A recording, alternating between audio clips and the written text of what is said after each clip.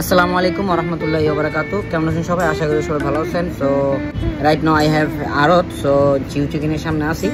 Actually দেখেন আমাদের তারাবাতের রাইডারদের জন্য কেন এত বিপদ, মানে কোনো রেস্টুরেন্টও কোনো প্রস্তাব করলে 1 নম্বর 2 নম্বর করতে না কিনলে যায় এই কারণে।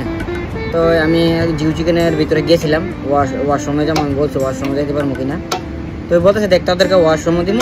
তোর আগে একটা রাইডার আসছে, আসার পরে ওই কী করছে, ওয়াশরুম গেছে ঠিকই কিন্তু ফ্লাশ মারে নাই।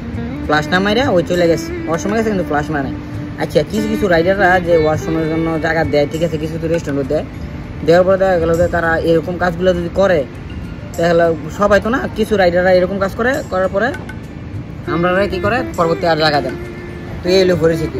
তো যারা যারা আসলে এইসব কাজগুলো করেন তারা এইগুলো থেকে বিরত থাকেন, অনেক আমাদেরকে আর জায়গা দেয় না, বলতেছে যে এখানে এলাউ নেই। তো এই হলো পরিস্থিতি কিছু কিছু রাইডারদের জন্য আজ এই অবস্থা। তো ভালো থাকবেন, সুস্থ থাকবেন। আসসালামু আলাইকুম।